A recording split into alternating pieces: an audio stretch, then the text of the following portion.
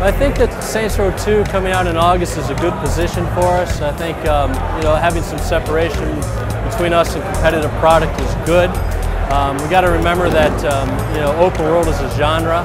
There's room for more than just one game in that genre. And importantly, Saints Row 2 is offering, we think, a much different experience in the competition. It's all about over-the-top, memorable moments, hyper-realism, things that are going to make players go, holy crap, did you see what happened when he tried this? And wow, did you see what happened when he did that? It's a very different experience than what some other games are looking to do. I think you combine that overall direction with the fact that we have co-op, and we can play through the entire single-player mission, single-player campaign and co-op, that gamers are going to want to get more than one open-world title this year, absolutely. The aiming mechanic in open world games is a challenge to implement correctly. Thankfully in Saints Row 1, our free range mechanic for the combat system was nearly universally appraised. So we didn't change it all that much. If it isn't broke, don't fix it. What we did was we added some features to it. Number one, the over-the-shoulder zoom camera, so you can pick up enemies from a longer distance a lot easier. It's a lot more satisfying.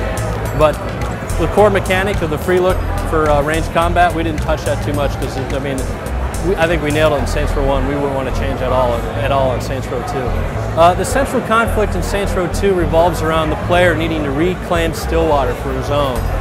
While he was in a coma, the vacuum left there was filled by 3 new gangs. They're very stylized gangs, very different than the urban gangs that you found in Saints Row 1. They're a little bit more over the top. It goes right with our direction of hyper-realism and over-the-top moments. So you have 3 distinct storylines, or story arcs as we call them, and you can play them in any order that you want. So that story structure is the same as Saints Row 1.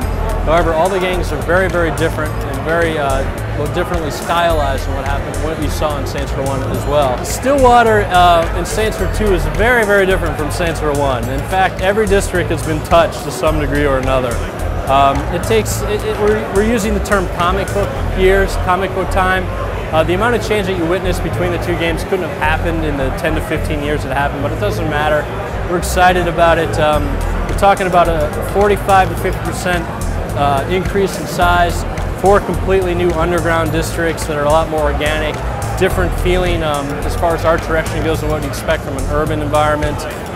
There's a lot of change, so I think what we're going to end up having is people who played Saints Row 1 and are fans of the franchise are going to have a great time exploring the city and looking for new things.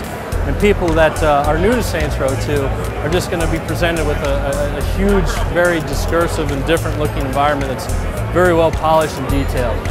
Saints Row 2 is shipping this year concurrently on the PlayStation 3 and Xbox 360 on August 26, 2008.